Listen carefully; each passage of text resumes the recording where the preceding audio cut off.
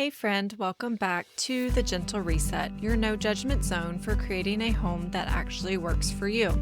I'm Allison, ADHD, home and systems coach, former occupational therapist, and mom of two, and I'm so glad you're here. Last week in episode 27, we talked about the fast shifts that happen during a room or closet makeover, how quickly things like decision fatigue, emotional weight, and even the feeling of a space can start to change when you focus on one area at a time. Today, I want to take you behind the scenes and show you how these changes actually happen, what we're really doing together during a room makeover, and the parts most people don't see on Instagram. Because the transformation isn't just about decluttering or organizing. Here's your weekly 3, a mind hack, a home hack, and a personal highlight to help your home feel lighter, more functional, and easier to maintain. Today, you'll hear what actually happens behind the scenes during a room makeover, how ADHD plays a role in decision-making and getting stuck at home, and how small guided steps help a space become easier to live in, not just look better. Next week, we're starting a new month with a new theme and talking about something many ADHD women quietly wonder: why clutter seems to come back even when you've already worked so hard on your home. Make sure you're following so you don't miss it. Let's jump in. Here's the mindset shift I want you to hear today. The hardest part of a room makeover usually isn't the decluttering part. It's decision making. Most ADHD women have already tried to organize. They've watched the videos, saved ideas, bought the bins, and started more times than they can count. What gets in the way isn't a lack of effort or motivation. It's the emotional and mental weight behind the decisions. Because every item can bring up questions like, do I keep this? Where would it even go? Why haven't I dealt with this already? What if I regret letting it go? And when your brain is already carrying a lot, those decisions pile up fast. That's why one of the first things we do together in a room makeover isn't organizing at all. It's understanding how your brain works in your home.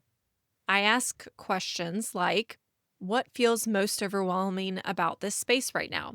What feels least overwhelming? If home felt easier or lighter, what would actually be different day to day? What have you already tried? Not because there are right or wrong answers, but because those answers help me understand where you feel stuck. We also talk about potential obstacles before we even start. Because ADHD isn't just about getting started, it's about what happens when you get stuck halfway through. That's where your ADHD superpowers come in.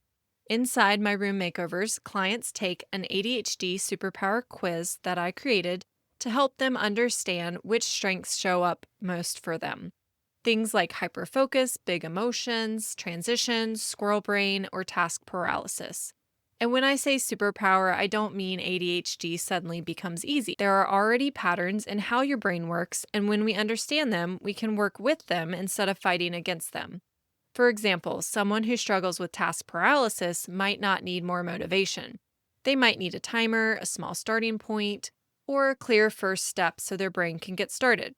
Someone with big emotions may need reassurance and pacing so decisions don't feel so overwhelming. And if you're newer to the podcast and want to understand ADHD superpowers more deeply, you can go back and listen to episode 11, where I explain what ADHD superpowers are and why I look at ADHD through that lens.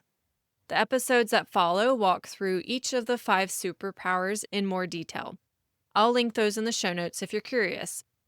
So another part of my role is guiding clients through clear next steps while also helping them build unstuck strategies before we begin decluttering. Things like having supplies ready, setting short timers, breaking the room into zones, or reaching out to me when momentum drops. Because getting stuck isn't failing, it's expected. And when you plan for those moments, progress feels safer and more doable. And that's why room makeovers aren't about overhauling a room in a single day. They're about creating a way forward that actually fits how you think, feel, and live. So now that we've talked about the mindset side, let me walk you through what actually happens behind the scenes during a room makeover, because a lot of people assume it's just decluttering sessions, and it's actually much more guided and structured than that. We start with an action plan call. This is where my background as an occupational therapist really comes in. As an OT, I looked at how patients functioned in daily life, things like their routines, how they move through their environment, and where tasks started to break down. So it's not just about what a space looks like, it's about how you move through it and what would make daily life feel easier and more functional. Instead of asking, how do we make this room look better? Because you all know I'm all about function over Pinterest perfection. We focus on questions like, where do things pile up? What feels frustrating or what do you avoid? What keeps getting reset and then falling apart again? What would make this space feel easier to live in? We talk through what they've tried already, what hasn't worked, and what feels most overwhelming versus least overwhelming because that helps us decide where to begin. From there, we go through the Room Makeover guide together to build an action plan and goals that fit your real schedule, your vision, and how your brain works. Then we move into decluttering using my 4 sorting steps, which give clients a simple way to make decisions without overthinking every item. Instead of tackling the whole room at once, we work in zones, small sections of the room, so progress feels clear and doable. That way, you already know exactly where to start and stop, and your brain isn't trying to hold the whole project at once. Throughout the process, we have regular check-ins where clients can share photos, ask questions, and get support when something feels stuck or unclear. And this is where a lot of the progress happens, adjusting the plan when life happens, celebrating the small wins, and problem solving together instead of alone. I always tell my clients, I love when they overshare updates and progress photos because it helps me guide them better. Another big piece people don't always realize is the behind the scenes work I do for clients. I help shop for organizing solutions based on how the space is actually used, not just what looks nice online, but what will actually function day to day. Clients fill out a simple survey so I can understand their style, preferences, budget, and product needs. That might mean recommending specific bins, drawer setups, or storage solutions that reduce steps and make resetting easier. And for many room makeovers, I also create a floor plan design so clients can visualize a new flow for the room before moving everything around. That visual clarity removes so much decision fatigue. And once the space is complete, we don't just stop there. We create a maintenance plan together, simple rhythms and reset strategies so the space continues to work long after the project ends. Then 3 months later, I check back in. Because real life happens, and that follow-up helps clients adjust, troubleshoot, and reinforce what's already working so the progress actually lasts. The goal isn't a one-time transformation, it's helping the space stay functional in everyday life. I want to share a recent client moment that really captures what a room makeover looks like behind the scenes.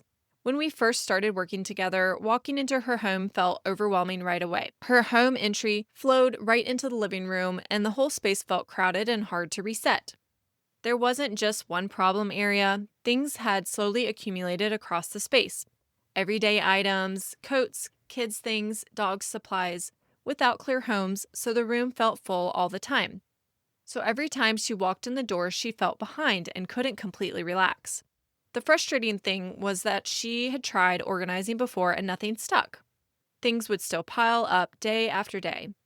She wanted more flow and function as she walked into her home. During our action plan call, we decided to start with the least overwhelming zone, which was a bookshelf. It wasn't the biggest area, so it felt more manageable to start there. As she began decluttering, she realized many of the items didn't need to live there at all.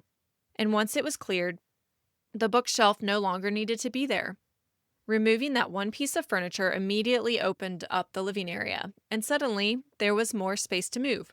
The room felt lighter, the flow between the entry and living space made more sense.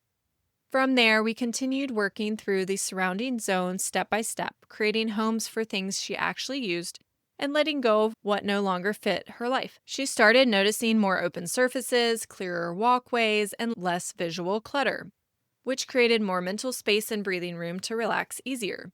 And that's often what progress looks like, small decisions that quietly change how a space feels and functions. By the end of the project, everything had a place, and the space felt easier to move through without needing to constantly move or stuff things out of the way. Now she has a maintenance plan with small daily resets to help keep things from piling back up. And the best part was hearing her say she was already excited to work on another room next. She could really see the difference. The space didn't feel overwhelming to her anymore. So if you're listening and recognizing parts of your own home in this story, feeling stuck, overwhelmed, or unsure where to even begin, you don't have to figure it out alone. If you're wondering which space to start with, or if a room makeover is the best next step for you, this is exactly why I offer Curiosity Calls. It's a calm, judgment-free conversation where we talk through what's feeling hard in your home right now, what you've already tried, and which space might make the biggest difference to start with. There's no pressure and no expectation to commit to anything. It's simply a chance to get clarity and a starting point that actually makes sense for you and your season of life. If this sounds helpful, you can book a Curiosity Call now through the link in the show notes. I'd love to support you. Here's what I want you to remember today. A room makeover isn't about fixing everything at once. It's about understanding how you function in your space and creating changes that actually work in real life. Support doesn't mean doing more. Sometimes it just means not having to figure it all out alone. Well, that's it for today, friend. If this episode resonated with you, you're not alone in this, and you don't have to figure it all out by yourself. I'm really grateful you're here and listening. If you've been enjoying the podcast for a while, I'd love it if you left a quick review. It helps more ADHD women find this support too. Remember, one small shift at a time creates momentum. You're doing better than you think, and I'm so proud of you. See you next week on The Gentle Reset for another weekly 3.